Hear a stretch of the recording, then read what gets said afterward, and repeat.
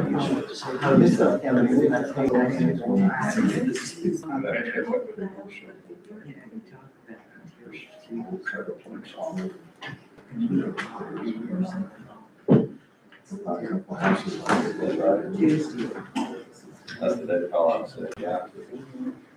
evening.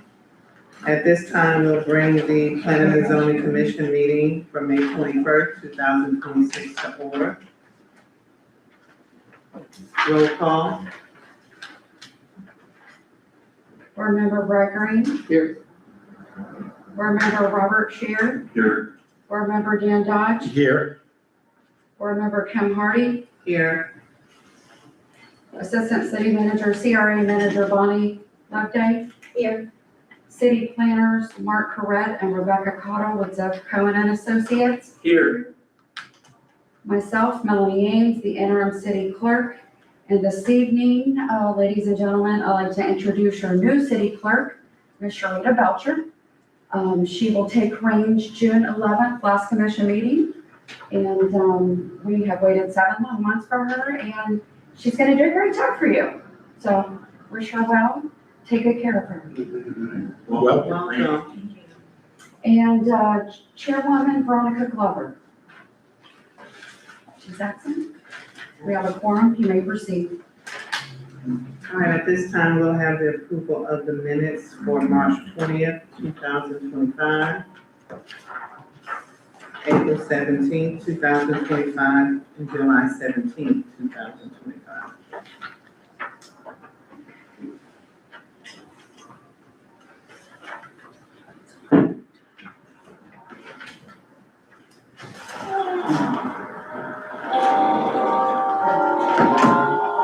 Do we have a motion to approve the minutes? I make a motion to approve the That's it. Okay, it's been moved, approved and second for the approval of the minutes for March 20th, 2025, April 17th, and July 17th. Should that be 2025? Well, this is, yes, 2025. All approved, say aye. Aye. Any nays? So approved.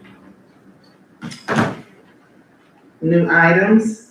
First, 100 Grove Avenue, site plan approval.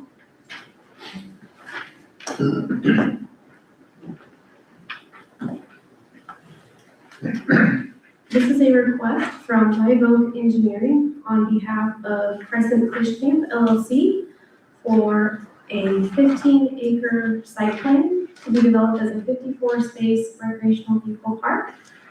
There are 4.8 acres of wetlands that will be preserved.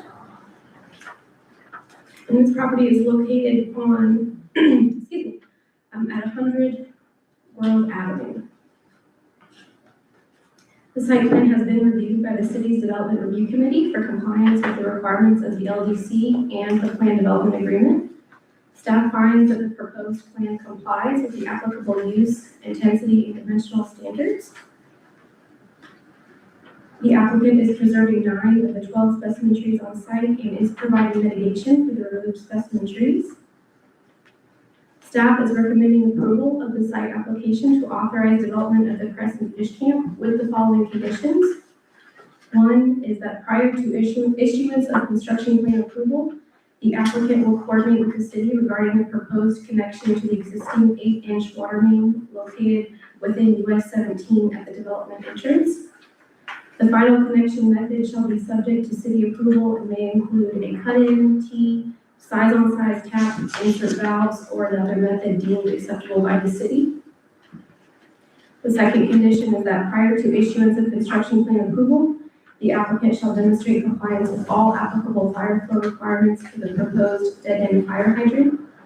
The design of the water distribution system, including the length and size of the proposed 6-inch water main, shall be subject to review and approval by the city and the fire department. Are there any questions regarding the site plan?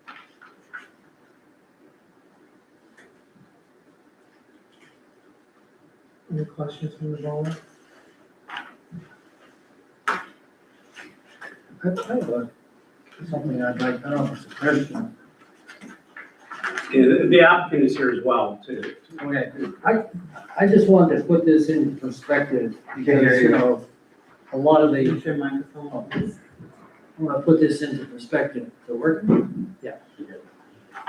So that we get an idea on unit density, because nothing is ever mentioned on that when these proposals come to us.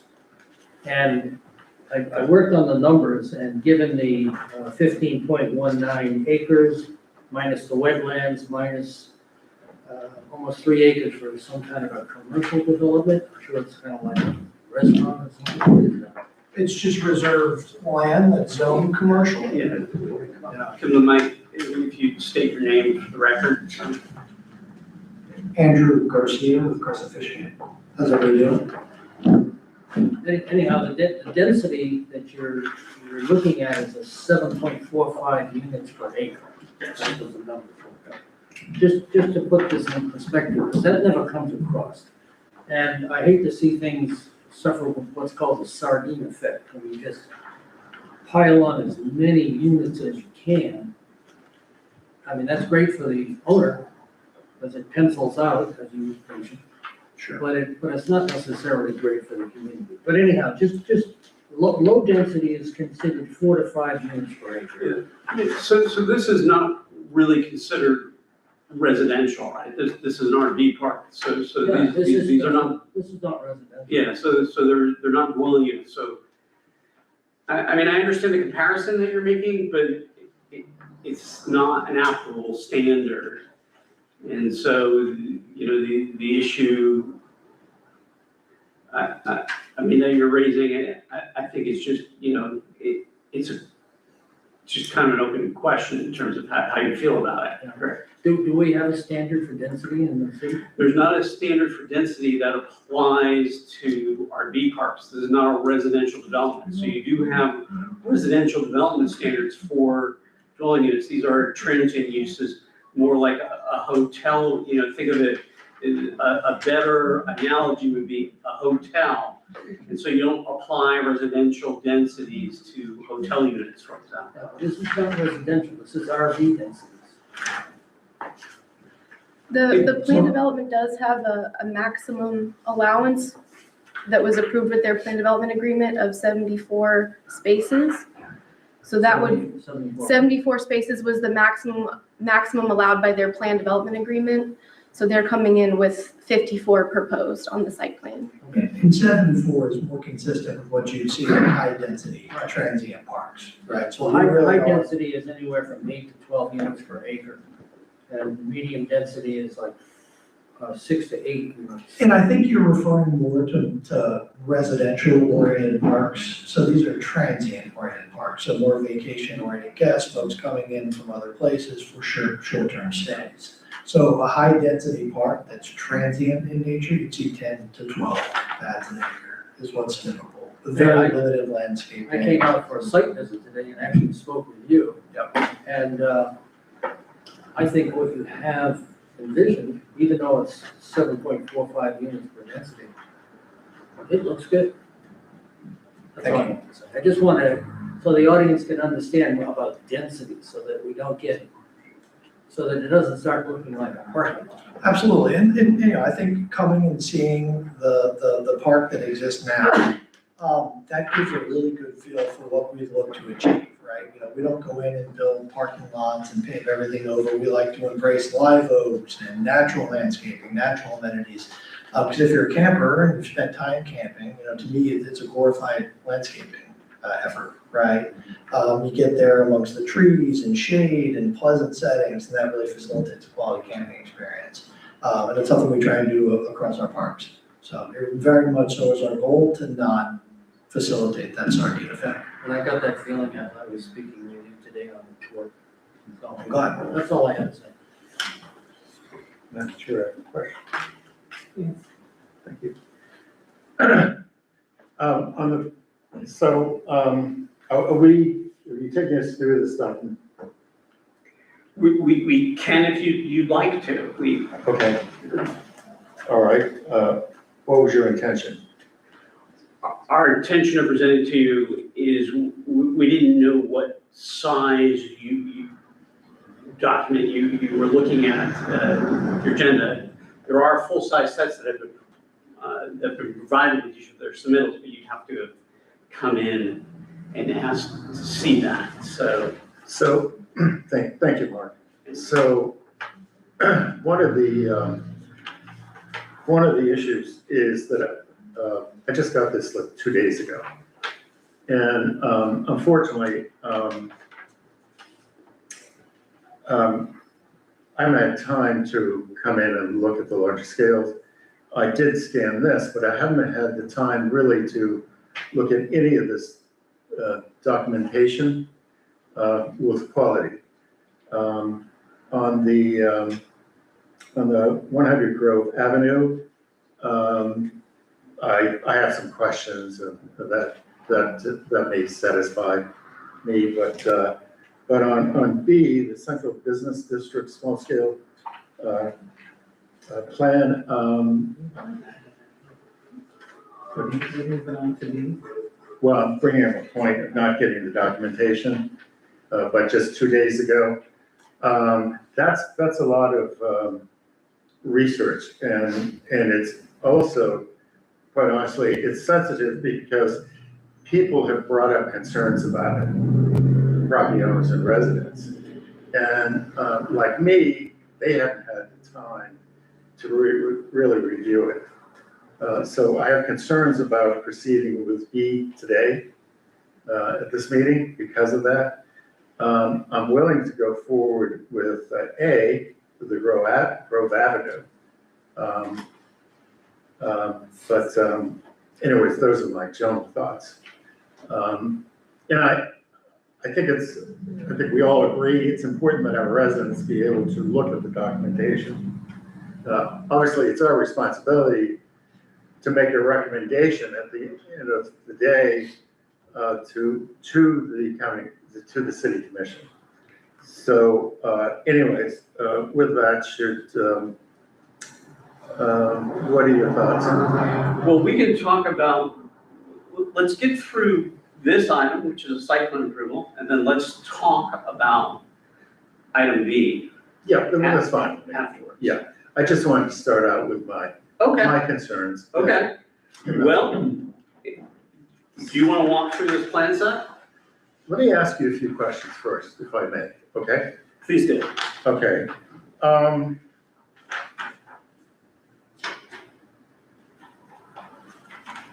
Obviously, Grove Avenue exists, and you have a second entry and exit on 17. Correct. And that's a new cut, isn't it? Yes.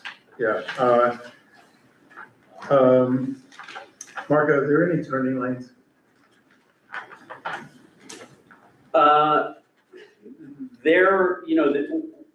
They're going through the DOT permit process right now in terms of the number of actual trips that will go through this site. It's very low. So. Well, So I don't think DOT will make their, will require that. yeah, so it's up to DOT to Yes, it is. It's their road. do the analysis. Yeah. Okay, thank you. And for example, the second entrance is largely reserved for emergency vehicles. It was a fire marshal request. Well, I know it's just why you would want it. Yeah, that's the purpose. It's not gonna be open for public entry exit. It's gonna be closed. Right, so. Oh, so it will be gated? Correct. I see, and only used for emergency. Correct. Okay, great, thank you for that explanation. You have a restroom area.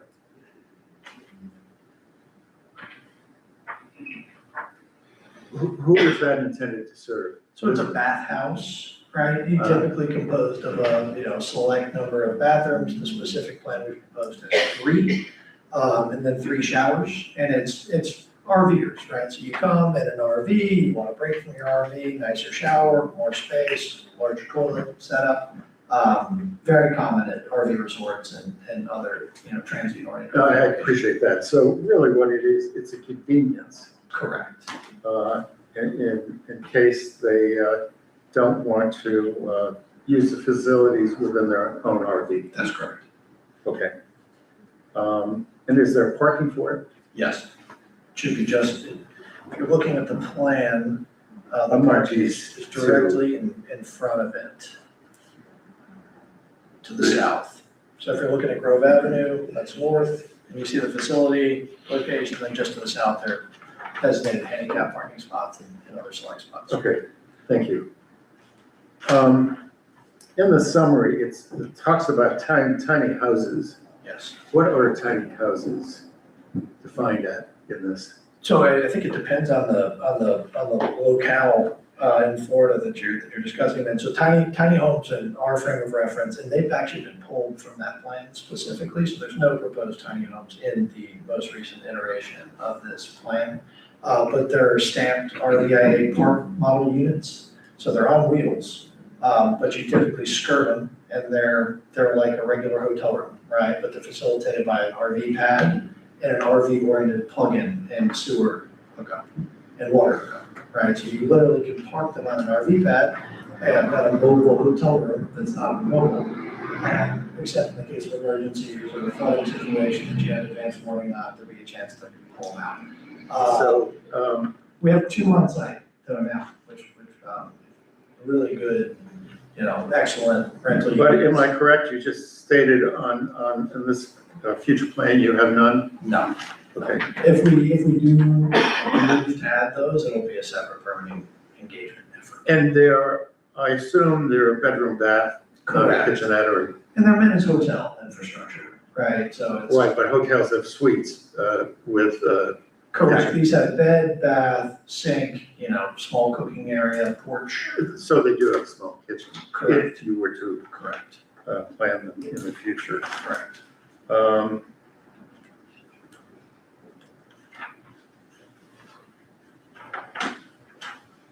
And how many guest parking spaces do you have? So each RV pad is a parking space in its own right. Each one has parking, guest parking? Sheet 6. So you'll see that there's a facilitated parking spot as opposed to every RV pad.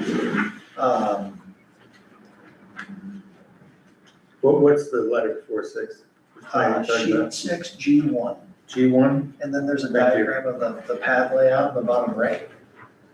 Those are the different types of pads. Okay, great. And you can see from a scale perspective, if you're talking kind of the sardine effect, these really are very large pads.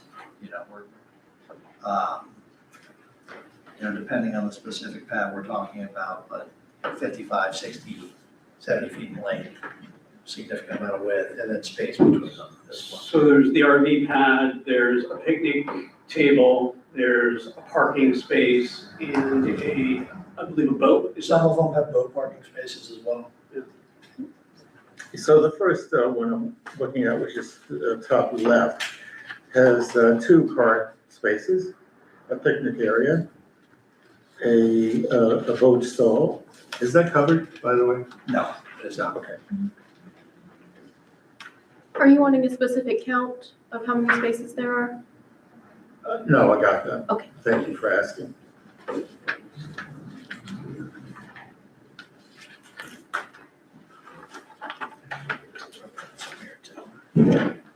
Did you have any further questions, Mr. Bell? I may, thank you for your patience. So the bottom right one, I see one car stall. The drive-through stall, is that for the RV?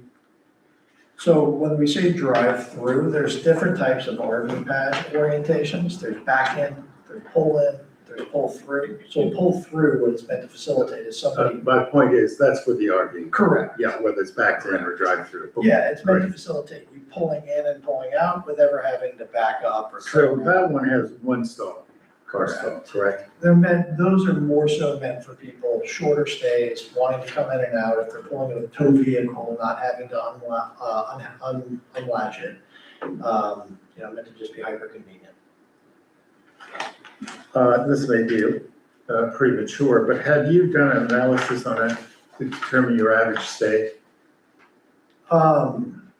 We have general numbers, I don't have the figure prepared with me here today though, unfortunately. But we tend to be a shorter, so seasonally, the Florida snowbird season, we do get longer term oriented stays from folks coming in from various locales, but a lot from the Northeast at our specific park.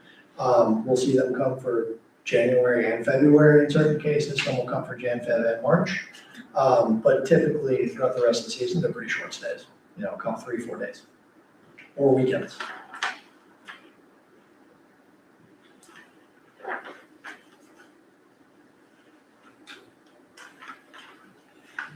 And I assume the assumption is that the existing facility to the north,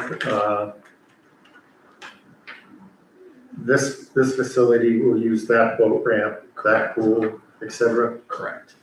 Do you plan any of those items in future developments on this site?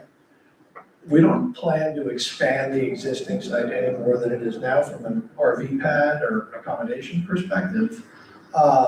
Future amenities, certainly it's something we consider. Once we get more pads in, if it's clear there's a need to facilitate some other form of amenity, it's something we've been trying to be responsive to. So that's an option you'll have. Absolutely. Yeah, Or we depending on your growth. look to preserve. And as you say, your needs. Any vision on what the commercial aspect might compose of in the future? On the 17 retail parcels, Yes, yes. we're open to it. We do see that there's growth or demand for growth in Crescent City from a commercial perspective. To us, those feel like prime, Main Street front retail. And it felt like at least waiting and seeing how that develops would be best for us, best for the city. So I think you should think of these as out parcels.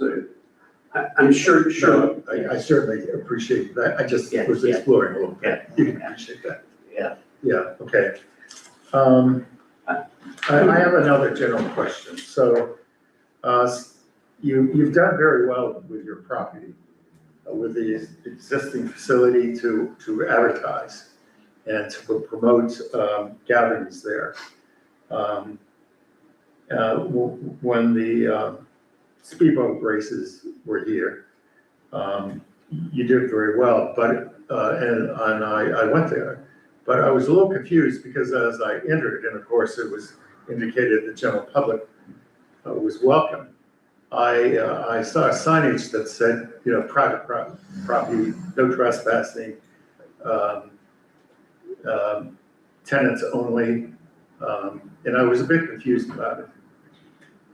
Yeah, that's something we've heard in the past. And look, it's a sentiment that it's mixed for us, because one, we have guest safety to consider. And I think if it's after hours, certain times of night, it's good to have signage like that. It, makes people who may be coming in for nefarious purposes or, maybe shouldn't be there. It's good to have them see, hey, this is private property. I know I shouldn't be here. But we also have a bait and tackle shop down there. And we've heard from folks that come in, they say, hey, I didn't know I was allowed down there, so I don't come buy bait and tackle from you. So I think there's a give and take there. We're erring to the side of caution. Posting that it is indeed private property. If somebody's down there and they don't have a reason to be down there, it's better that they know that they're trespassing, is our perspective. And I appreciate that, but when there's an invitation for the community to come meet the boat captains of the races, and you approach and you see this warning, it sends a mixed signal. And we're a small, happy town, and we intend to be that way, at least in spirit. It gives the wrong impression. So I would just suggest that you cover it when you have a special event, or improve on the messaging. Okay. Okay, Yep, that's definitely something we'll think through. thank you. I'm sorry I'm diverting a bit, but, that's all I have for the moment. If I may, Yes. a couple questions. This has been through design review, correct? Correct. Meets Crescent City Code? Everything that is in the site plan meets the code? It meets the code or the plan development agreement. So yeah, the answer is yes. Been through three We've seen this rounds. before. This is not the first time we've seen This is not the first time you guys have seen it. It's also, it went through staff review 3 times. it. Okay, all right. Well, I'm ready to make a motion. Did we hear from the community first? Excuse me? Did we hear from the community if they have any comments? You certainly can. Yeah, let's, I mean, I was just wondering if that was if they I were. mean, this is, you guys are doing more of a ministerial approval, Mhm. so this isn't like a notice of Okay. public hearing, but certainly. I'm ready for vote. I just. Okay. All right, we're ready for vote. are we gonna hear from the audience? It's up to you guys as a group. I'd like to hear from the audience. Sure. At this time, do you have any public comments or questions or concerns?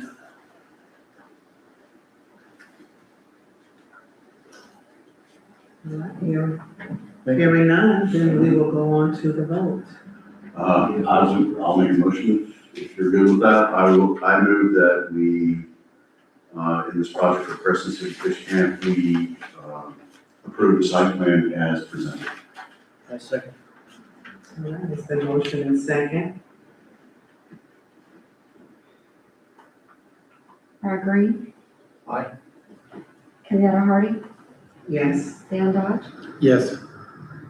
Bob Sher. Yes. So approved. All right. I just want to comment that I was very impressed with the variety. It looks like it's going to be a quality product. Thank you. Yeah, we're really excited. Thank So, you. is this Friday, are there free drinks, happy hour? If so, just don't pay attention to the signage. All right, thank you. Moving on, Central Business District Small Scale Comprehensive Plan Amendment.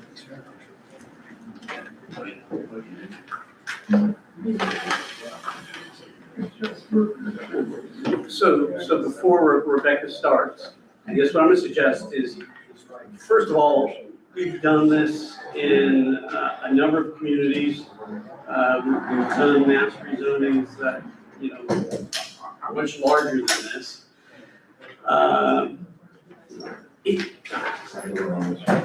what I'm gonna suggest is that you guys hear our presentation, you hear any input, we answer your questions. If you wanna make a decision tonight, that would be fantastic. If you guys wish to continue this to the next meeting, you certainly are, do that as well, and we'll be happy to come back and answer questions. I will ask that, since this is a public hearing, if you do decide that you don't want to make a decision tonight, that you actually not close the public hearing, you continue it to your next meeting. Sound question.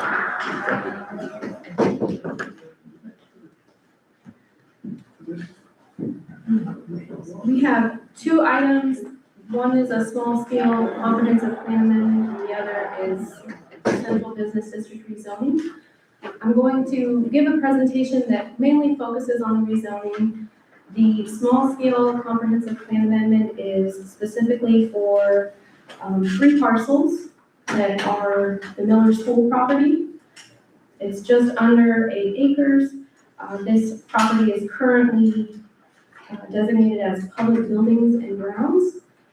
The central business district is compatible with the commercial and mixed use future land use designation. So since that property is in the proposed central business district at this time, the small scale comprehensive plan amendment would change that future land use so that it would be compatible with the new zoning. And what is the new zoning? The new zoning would be the central business district. Thank you. And the Central Business District at this time consists of 87 parcels and it's just over 40 acres of land area. Can everyone hear me if I'm not at the microphone? No? Maybe I can turn it this way. Just say next slide. Okay.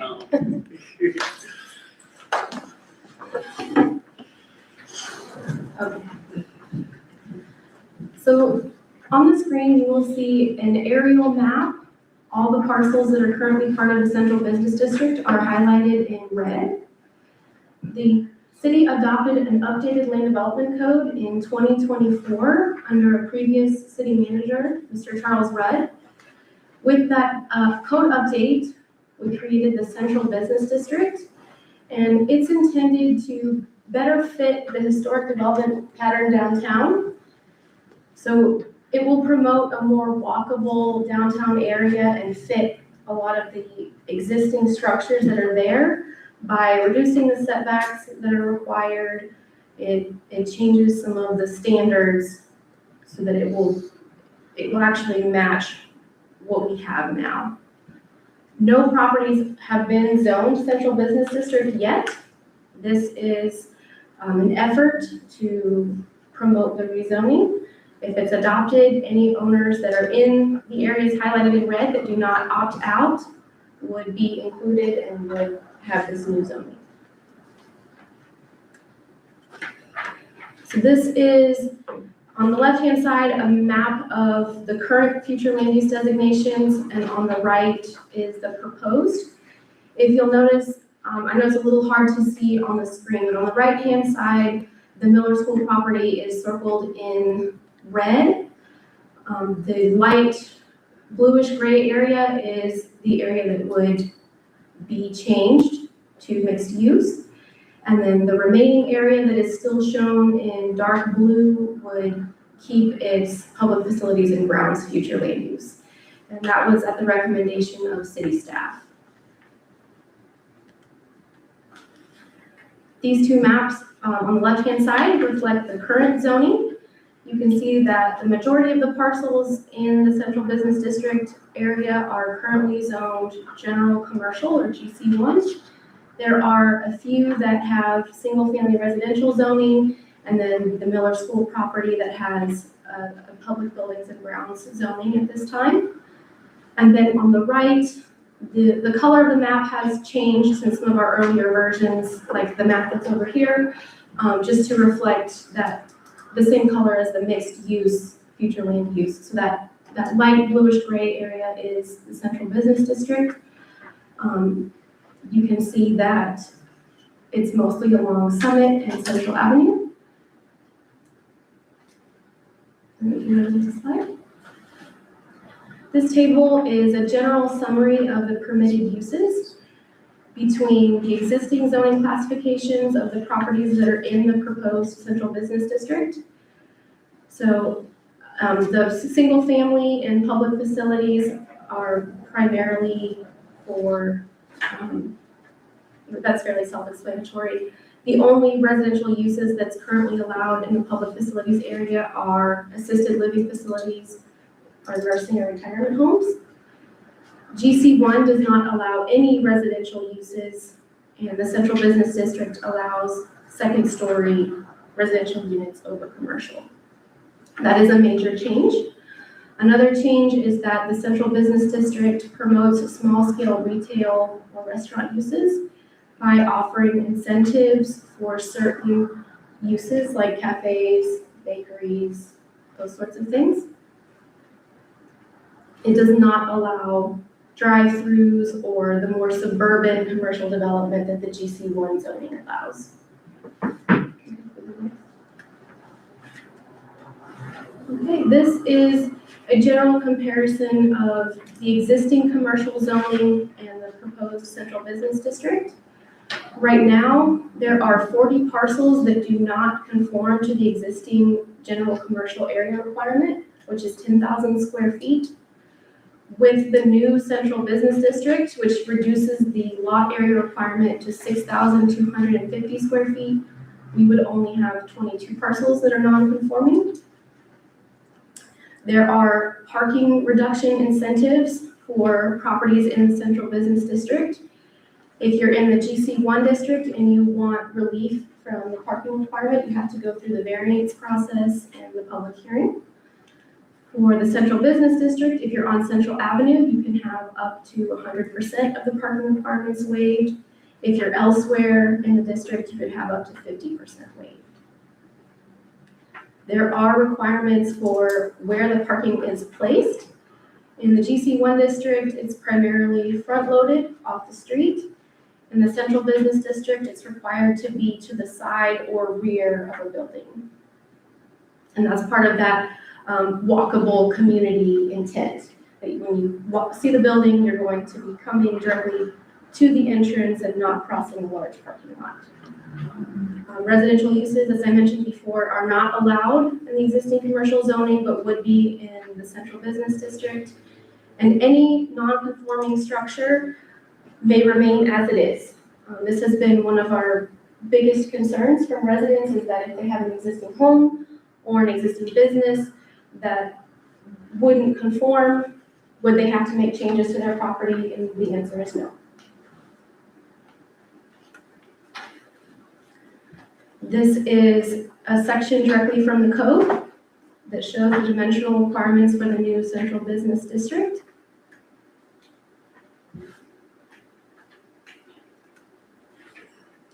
The incentives for the central business district include parking relief. The city manager can waive 100% of the parking on Central, 50 elsewhere, for specific uses like cafes, coffee shops, bakeries, and small boutique style retail. There are also setback reliefs. So right now, if you're in this general commercial zoning and you need to reduce your setbacks, you have to go through the variance process, come to a public hearing. With the central business district, the city manager can reduce the setbacks administratively, even up to 0 feet. So the building could potentially go all the way to the property line.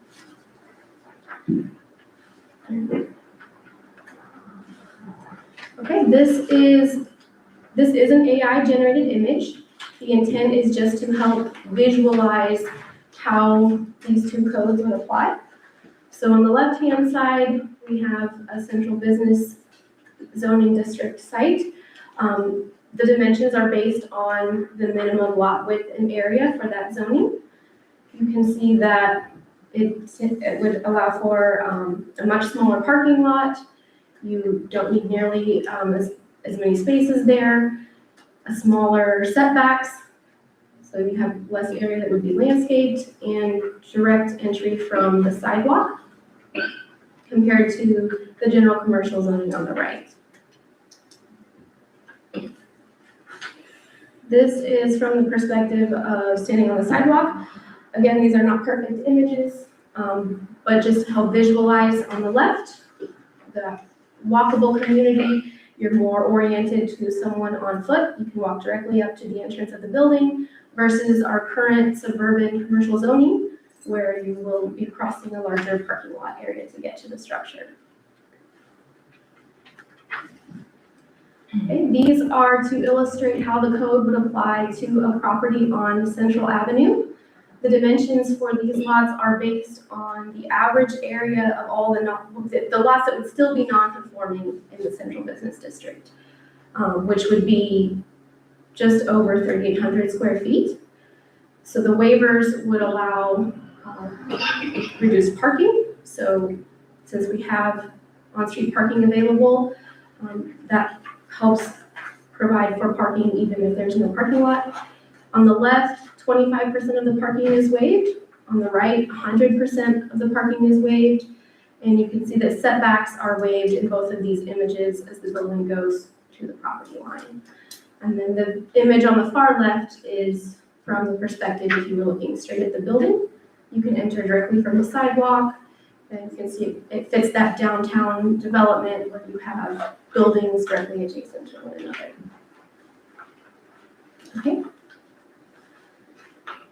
The central business district does allow mixed-use projects. They would have additional things to consider when they're designing the site. They have to account for open space, and that would involve at least 20% of the total site area. Some of that could be satisfied through private patios or balconies. Okay. Nonconformity, this is probably the biggest concern that we've heard from residents so far. A lot of the properties downtown right now are non-conforming due to limited parking, small lot sizes, setbacks, or they might have a very narrow driveway. The central business district is supposed to provide relief to those properties if they were to add improvements or redevelop. Existing structures would not have to make changes just because of the rezone.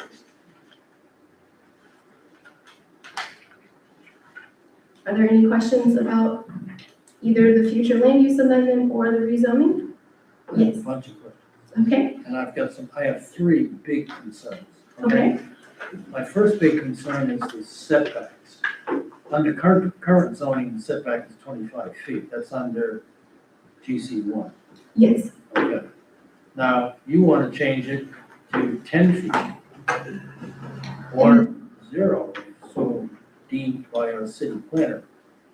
The setback of this building from the street is 12 feet. You want to shorten the distance 2 feet shorter than what we have out here already. This is a dangerous place to walk out here. It's not conducive to foot traffic or pedestrians. Okay, so I'm totally against this 10-foot setback. I'd rather keep the 25-foot setback. At least that's more aesthetically pleasing and more conducive to pedestrian walking storefronts.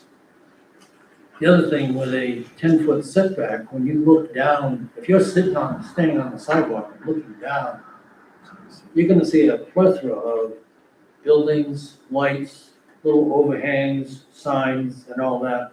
Essentially, it's gonna look like a strip mall. And it's not gonna look aesthetically pleasing. It's not gonna have the charm that we keep talking about that we want from this community. Not at all. And my other big concern is parking. The idea of having residents over the buildings, that's a great idea. I mean, that really helps the community. Okay, but the problem is that the parking arrangements need to be different because the parking arrangements during the day are different than the parking arrangements during the night. And I believe that on-street parking doesn't add to the aesthetics of the community. Okay, it doesn't, okay? And there's a lot of questions that need to be asked before we even attempt to approve this, okay? Like, what are the proposed minimal setbacks for CV? We already said it's gonna be 10 feet to 0. so the waiver to 0 feet would be on Central Avenue specifically. Yeah, but 0 feet, that means that the house is right, or the building is right on the road. Be right up to the right-of-way line. It's not necessarily, there'll be sidewalk in front of the building. Well, that begs the question, how big is the sidewalk? 2 feet, 3 feet, 6 feet? 6 feet. 6 feet, requires 6 feet. If you look at the requirements in the central business district, we're actually increasing the size of the sidewalk to 5 to That's 6 too feet. narrow to promote. I mean, you don't want people walking up and down the sidewalks like a trail of ants, one behind the other, because you can't walk side by side because it's too narrow. Okay, so that's a big concern. The other one is, are there transition projections adjacent to residential neighborhoods? I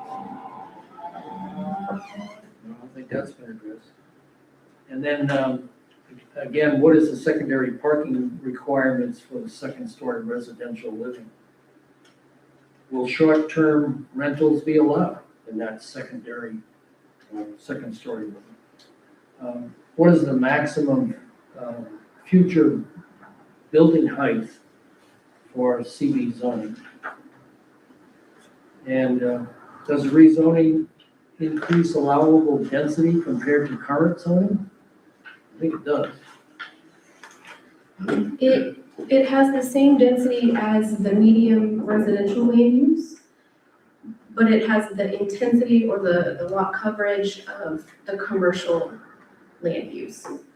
So it's a combination of those two existing land uses. It's a hybrid.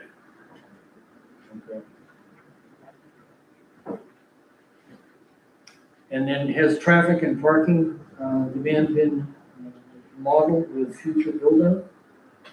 You know, St. Augustine ran into a huge problem when they, you know, revamped their downtown area because all of a sudden they found out they didn't have any place to park cars.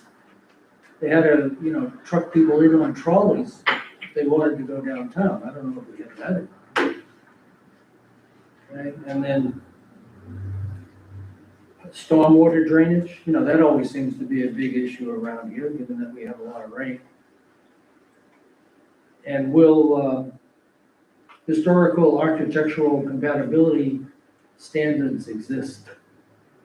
You know, I mean, can people just build any kind of a little tin shack storefront facade that they want to build? There are architectural standards for the Central Business District, and there are existing architectural standards that apply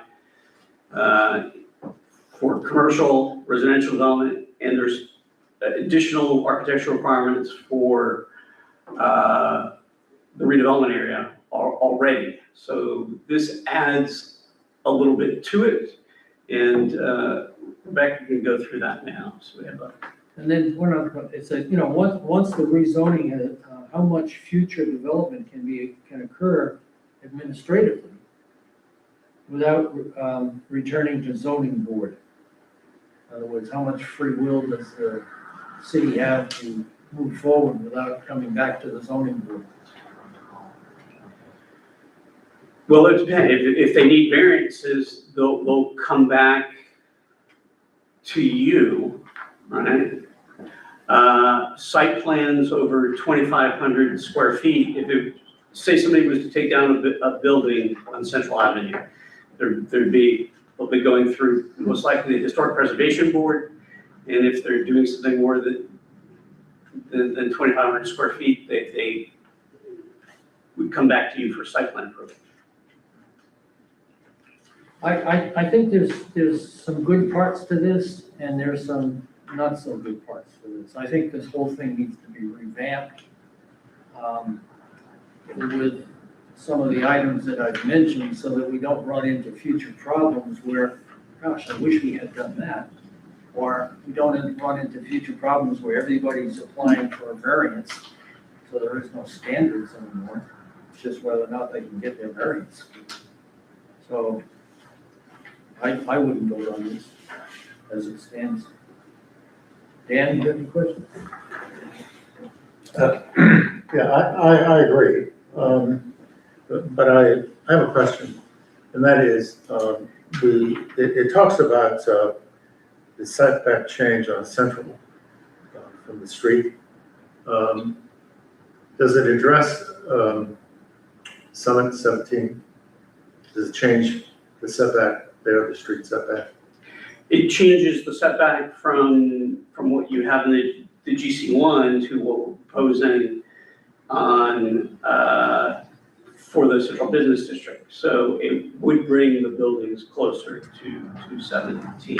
So think of Central Avenue as having a build to line, where you're forcing the buildings forward to essentially to the property line. But there are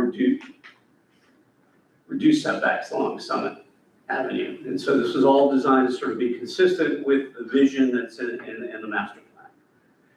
Which includes the 4-laning of 17. Ultimately, Right. yeah. So we wouldn't want to encourage building where it may need to be eliminated in the future with the expansion of 17.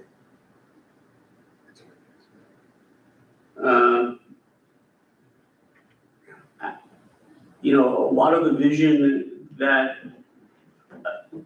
was created, that this was created to serve with came from Charles Rudd, who, as you know, was very interested in downtown redevelopment, and that was his area of expertise.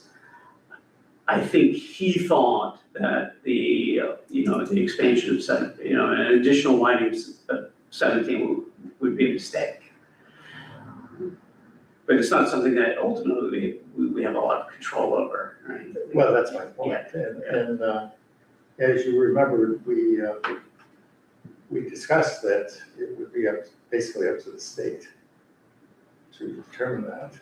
So that's a concern I have. Yeah, If I'm, right, the more buildings that they have to impact, the less likely they are to. You know, there was some strategy to that.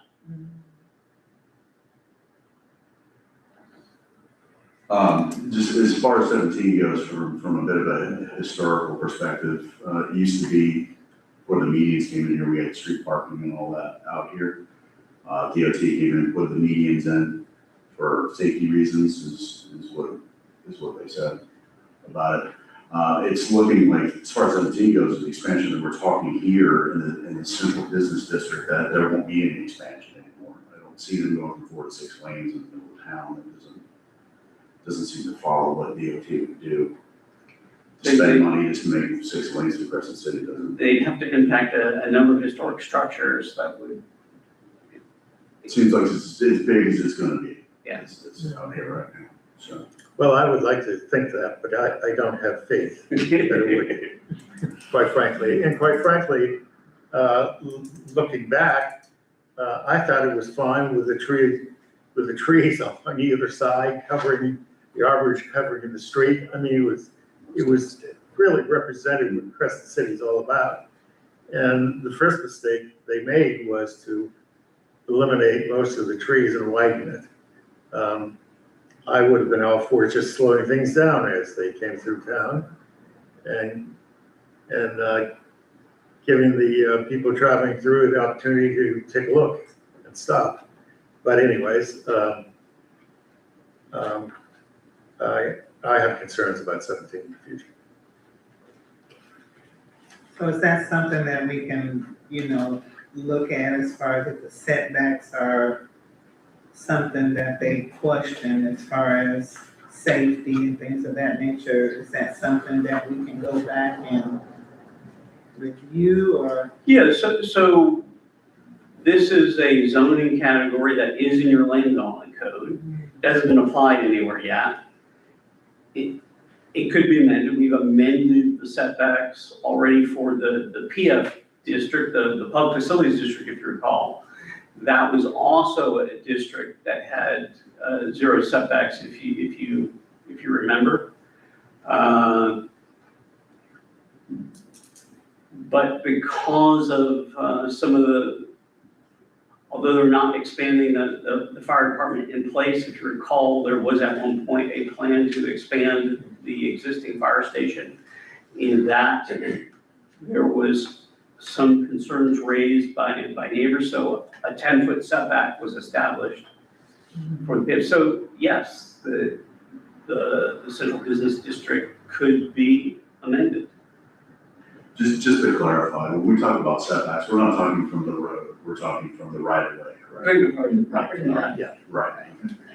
So we're not measuring from the road, we're measuring from the right of way. So what's the right of way? So the right of way includes, there's the travel lanes, that's the road, right? And then there's sidewalks, there's utilities on each side, so the right of way, it is in almost all cases always wider than the actual roadway. And it does vary along 17. That still doesn't make sense to me. Right away, you get your road, you got your curbing, then you're saying 6-foot sidewalk. Then where's the right of way? Is it at the end of the 6-foot sidewalk? No, they'll overlap, right? Because some of the existing sidewalk is in the right of way. Okay, so you're still gonna have a narrow setback. I think It's not gonna be depends on the roadway. 25 feet like it is in the CG one. I would tell you. No, it's not gonna be 17 is much bigger than. 25 feet, no, the proposal is not 25 feet. So it's still narrow like we have out here. And that was that's the intent of the recommendation, is to create this Still don't look like- more defined, more traditional looking downtown, and to extend it beyond Central Avenue. So that's the vision in your master plan. Yeah, I remember You when know, we did the and presentation. this zoning was created at the same time as the master plan. If you recall, a different consultant developed your master plan, it was Mhm. Ayers. But we coordinated with them, and this district was created in discussions between us, Charles, and Ayers in order to implement that master plan, so. Right, I remember when we did the, presentation, and we talked about, he kind of showed us what it could look like, Right. things of that nature. I think the whole purpose was Yeah, to, Mark, you're for. to make the, Drew it up. so what they're saying is. Yeah, they and wanna it's make what it was a done walkable by downtown. Ayers, but most of the stuff in Yeah. the master plan was done by Ayers. Yeah. Yeah, it showed turning lane. Yeah, it was, I agree, it was a much better vision than what the state may have in mind. Personally, I wanted it narrower. But, back to, the point, we can go through this a little more and tweak it and discuss possible changes. Yeah, so Yeah. let's say you guys wanted a 50-foot setback in the central business district. I would recommend against that, but let's assume you did. If we continue this to the next meeting, we will bring you'll have these items, and we'll have changes also to the central, they can move together. Surely. But is that the major issue? I mean, I like, you know, the mixed use and things of that. I like what was presented to us. So is the major issue that the board is having, the setbacks? I like the general concept. However, as I said in the beginning, I'd like time to study it more. Okay. And I'd like time for the residents to be able to study it more. And so I think we're all best served if we just postpone this for another month. Yeah, I would ask that you hear from the public that is here before you do that. Yeah, I agree with that, sure. I agree with that. I think we need, the people that it's gonna affect need to tell us what they think. Exactly, yeah. All right, so at this time, do we? I have another comment. Yes. You know, a lot of the information that's presented is digital. You know, it doesn't take into account any of the sociological aspects of what we're trying to do. I think that, you know, as a person with a degree in social science, I believe that we need to add the social value. You know, do people like narrow sidewalks that are 6 foot wide and right on the curb? Or do they like wider sidewalks? You know, which is more pleasing to them as strollers? Because that's what we're trying to encourage, is people to stroll and hopefully pop into one of the storefronts. So there's nothing that addresses that in any of this. It's all purely, you know, numbers and facts and economy on land use and stuff like that. But, you know, what does the community want? And what is aesthetically pleasing for them? Was this, I just want to see if I'm remembering correctly, because when they came in to do the presentation, wasn't there an aspect where the community can kind of go in and look at it and give some input at that time? Yeah, there was a lot of public input associated with your master plan, so, I mean, We had You know, a few workshops. didn't we? yeah, so you know, in theory, that is your quote unquote official vision for that area. Not that it, you know, you might not, it's 2 years old, you might feel differently now. Correct. And not that it can't be changed, but that is, you know, in terms of policy, that is the official vision document for the redevelopment area. Correct.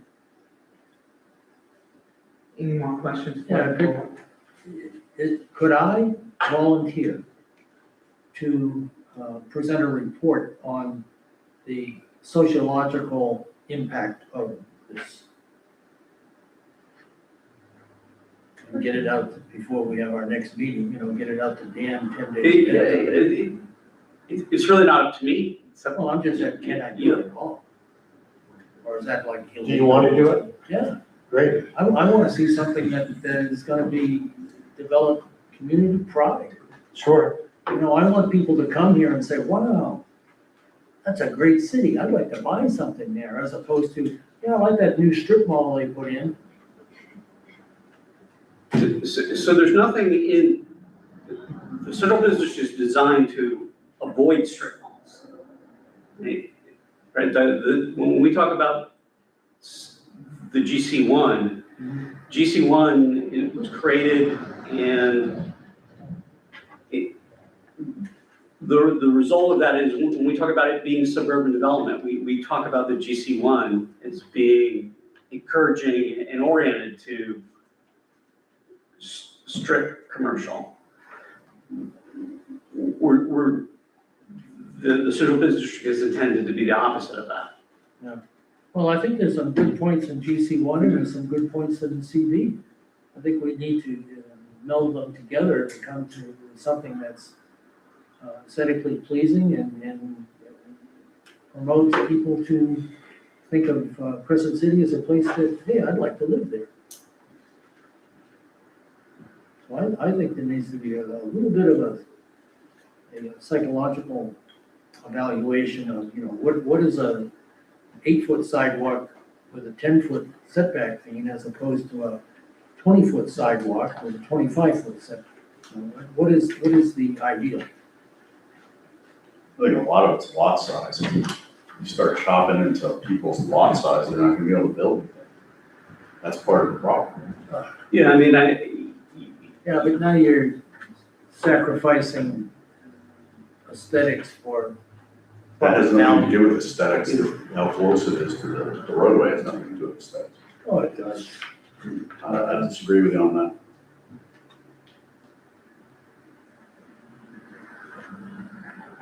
I disagree that it would look like a strip mall from the master plan that we saw as well. Yeah, I And didn't get for the that. record, I like living here, the way it is, so I will tell you that. I'd like to see improvement, but I came here 20 years ago, I like this town, I want to live here. So we don't need to necessarily have a whole bunch of aesthetics to have people say, oh, I want to live here. So, just my 2 cents. I think we do need improvement, and we need to move forward in enhancing future development and filling the vacancy in commercial space. I mean, that's one of the issues here. And I'm all for anything too that would allow more trees to be planted, particularly on these hot days, for shade. But I think it's, I'd like to hear from the public, and I think we'll be wise to continue this for another meeting. All right, at this time, we'll take public comments. How's everybody doing? Scott King, 306 Central Avenue. I'll use that address for this today. So part of what we talked about just a little bit ago implied that we citizens had input, you know, there was a lot of public hearings and all this work. Pretty sure only 2 of us in this room were at a lot of those meetings and a lot of that. And, you know, we didn't have input. We didn't understand, you know, Mr. Rudd came to town and, yes, he was Mr. Redevelopment. The Main Street people just gawk over him. He's Mr. Main Street. He knows what he's talking about. So when he came, we were all, on board with doing what we could do to help our city. We all know we're failing terribly. And quite honestly, he led us and we followed. And I don't think that's the way it should have been. What I'm trying to say is we didn't understand. Now that I'm reading this, none of this was discussed, and how detrimental that this could be to our town. So let's yeah, if all that had happened, and we were all on board, then this would be a cakewalk. But that's not what happened. So I agree, we need to back way up on this.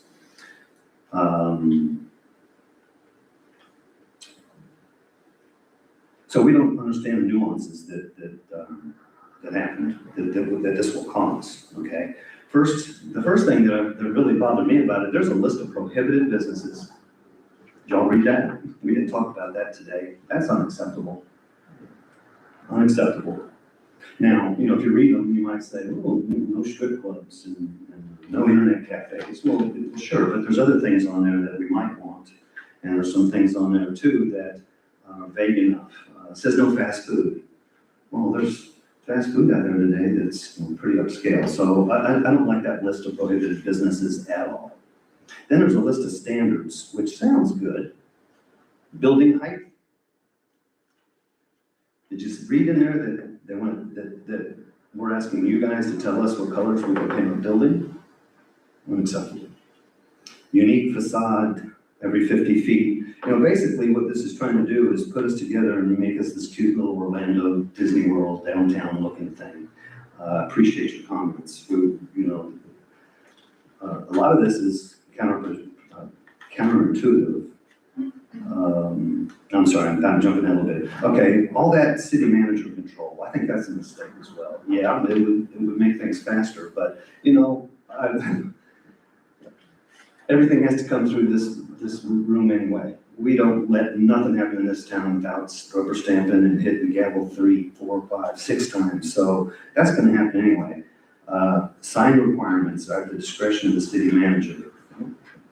That takes my say-so over the sign ordinance away, because my representative now, the mayor, the commission, doesn't have a say-so. The city manager, an employee, can do what he wants. Waive parking requirements, same argument there. This should be his place. And then he can change the setbacks. So I'm not real sure why we bother putting any of that in there if we're going to give our employee the right to just change it to an.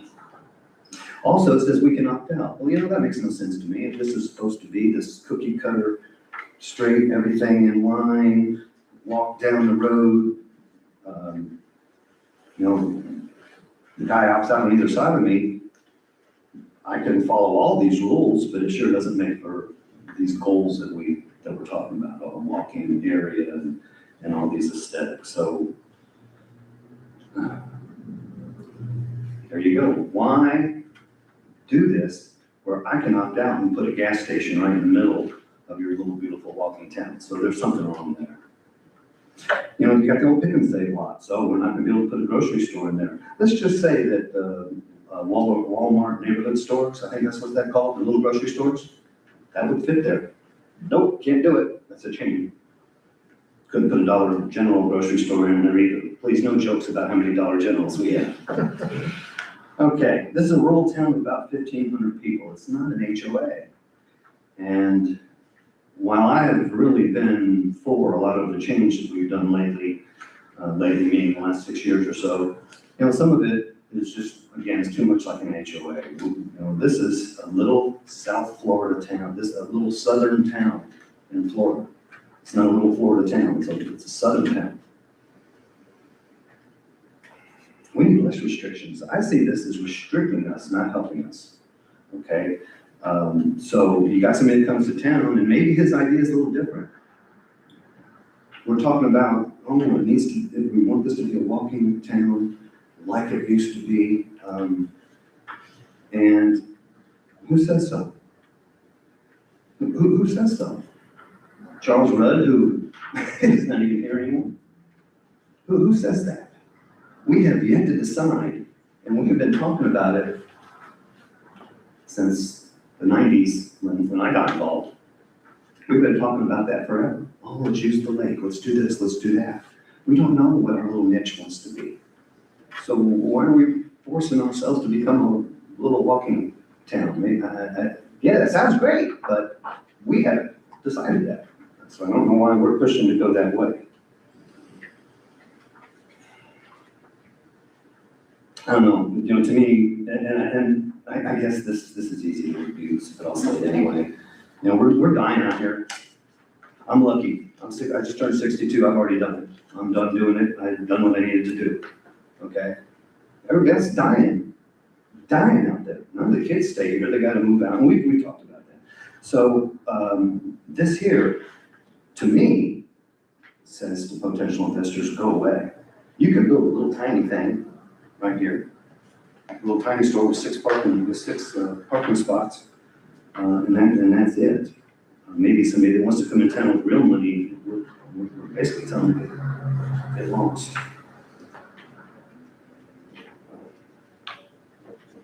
I wrote some stuff about how it just doesn't feel American to have a list of businesses that are not allowed. I keep mentioning that one really bugs me more.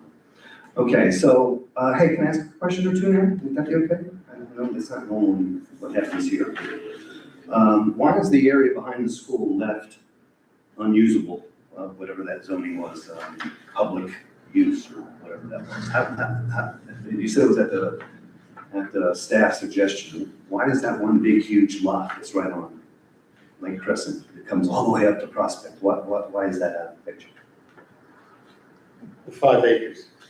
Yeah, they thought that there was potential for a mixed-use project on a portion of the site, but that there also may be interest in preserving some of the access to the lake that might be better suited if it kept its. So we kept our It's options public open. The rest of us, designation. no. But that piece of property, yeah, so that doesn't add up. Well, you just said something that reminded me. What is a drive-through? We've mentioned it several times. It's in the paper. What is a drive-through? Like a drive-through fast food, like McDonald's where you have the We said drive-through fast lane. food, so it's just saying the same thing again? Or is there another? No, fast food restaurants typically have drive-through windows, but they don't all. The upscale one I was referring to earlier probably doesn't, but we're not gonna let him in either. Okay.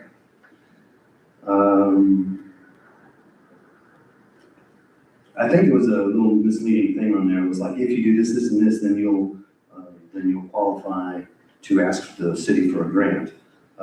Not true.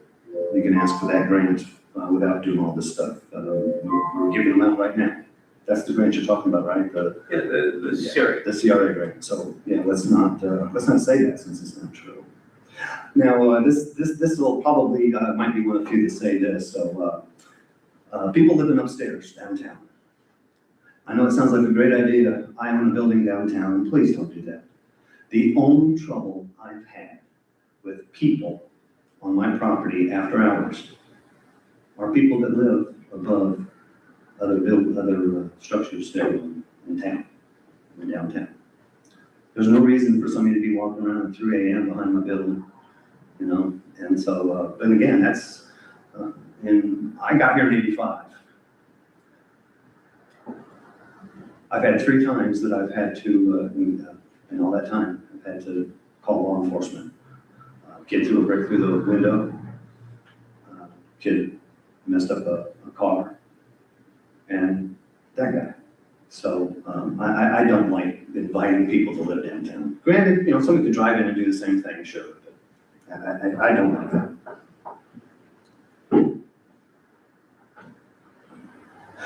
Let's keep in mind, and I'll sit down, please. So you talked about buildings being grandfathered in.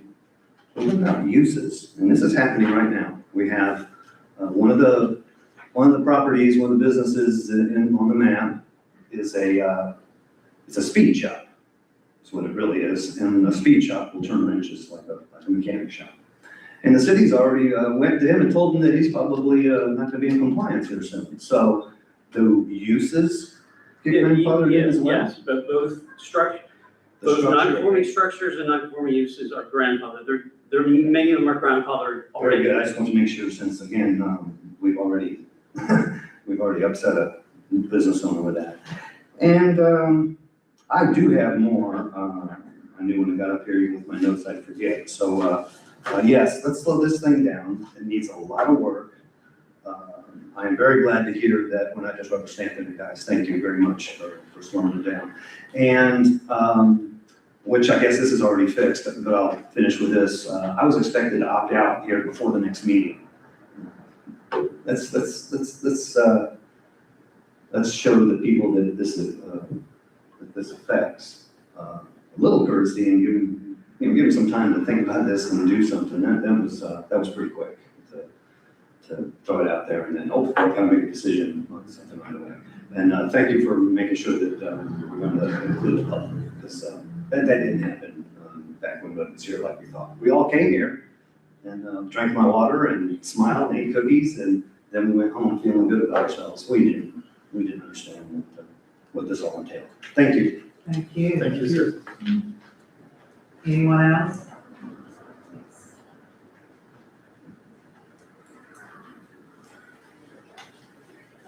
Good evening. Carol Horner, I live at 202 North Summit Street. I'm one of the very few residential still there on the 17 going through town. I am just very concerned about what is gonna happen with me and as far as property values. Am I gonna have to conform? I just painted my house and now I see their colors that are supposedly, gonna be in effect and stuff, and, let's say, I came like a couple of years ago when they first started this whole process, and I was not really particularly happy with the things that they were gonna do. The first thing I know, I've been here for 22 years, so, the first big thing they did was when they widened 17, and they took all the on-street parking away.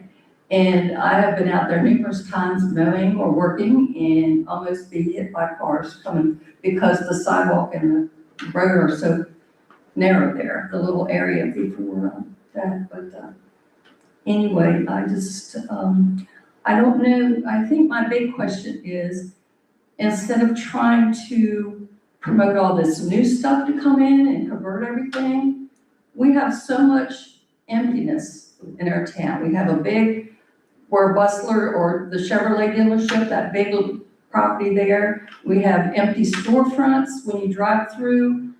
I think those kind of things need to be addressed.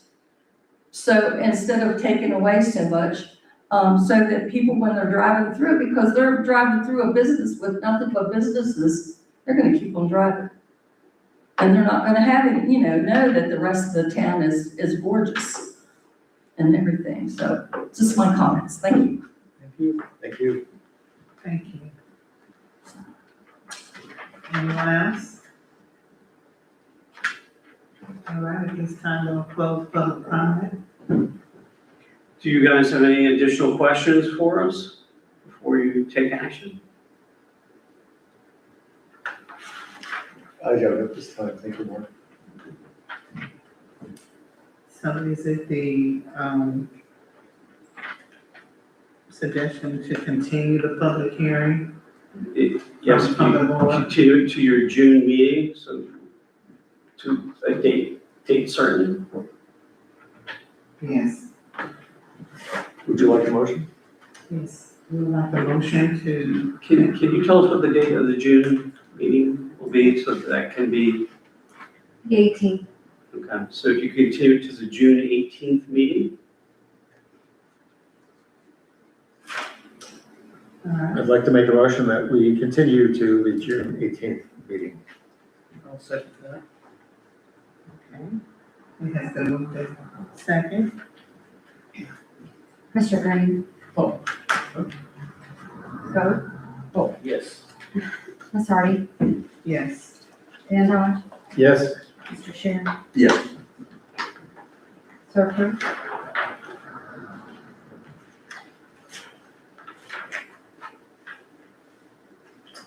All right, so going on to Central Business District zoning map amendment rezoning. Is that the time? Oh, yeah. You gotta continue both of them. Okay, so we'll continue, So I would make a motion that we would continue that I'll second that motion. To the June 18th. to the June 18th meeting. Yes, all right, it has been motioned and second to continue the Central Business District zoning map amendment rezoning to the June 18th meeting. Mr. Green, yes. Ms. Hardy, Yes. Mr. Dodge, Yes. Mr. Sharon. Yes. So approved. Moving on to other items, are there any staff comments? I just want you to know that we were, in addition to what you've seen on your tonight, we're working on amendments to the historic preservation. So a draft's been created, it's being circulated both internally between ourselves, the city manager, city attorney, but also have been told that city manager intends to take it to for preservation organization and discuss that with you all. That may already be in process, I'm not certain, but that's something that will be coming to you in the future as well, in one form or another. The idea being to get the city's situation where it can become a certified local government. Okay, thank you. And I think we have a couple of variances that are working their way through the process as well, that may be on that next agenda, so. Okay. Other than that, I have nothing, Rebecca. Are there specific changes that you want to see to the central business district before we bring it back to the next meeting? I'm gonna make a list of all that and justifiable answer. I'm gonna review it and I'll have more input at our next meeting. I know we're not supposed to talk to one another, but that's very inconvenient sometimes. Is there any way that we could, once I get my thought? No. The only way you can talk to each other is if you have a noticed public meeting. So you could have a workshop meeting, Yes. between this, but you have to coordinate that with city staff and it has to actually be noticed in the paper. Because while I don't disagree with you that it is inconvenient that you aren't able to just sort of chat about policy issues, it is the law. Right? All decisions must occur in the sunshine. Oh, we can do it at the park. Excuse me? Lots of sunshine.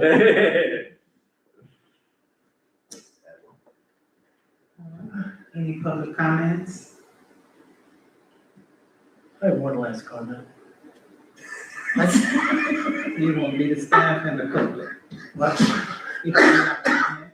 I just have one. I would really encourage the audience to encourage your friends, your neighbors, those people that are really concerned with revitalizing this city, to come to our next meeting. It's very important that we have your input, very important. If there's a lot of apathy out there, then it's hard to get things done. It's a good thing to show the public. I mean, I like to hear what other people say. I sit at home and grumble to myself, but I'd like to hear what other people have to say. And they can call us individually. Can they? Why not? I thought we couldn't talk. You can't talk to each other. You can talk to members of the public. Ah, okay. We want you to talk to us. Right.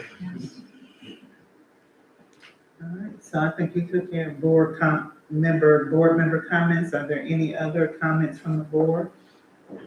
No, thank you. All right, if there's nothing else, then the meeting is adjourned. The The May 21st, 2026 Planning and Zoning Commission meeting is adjourned. I can have a proper motion in a second. I'll make a motion that we adjourn. I'll second that. So approved, thank you. All right, thank you.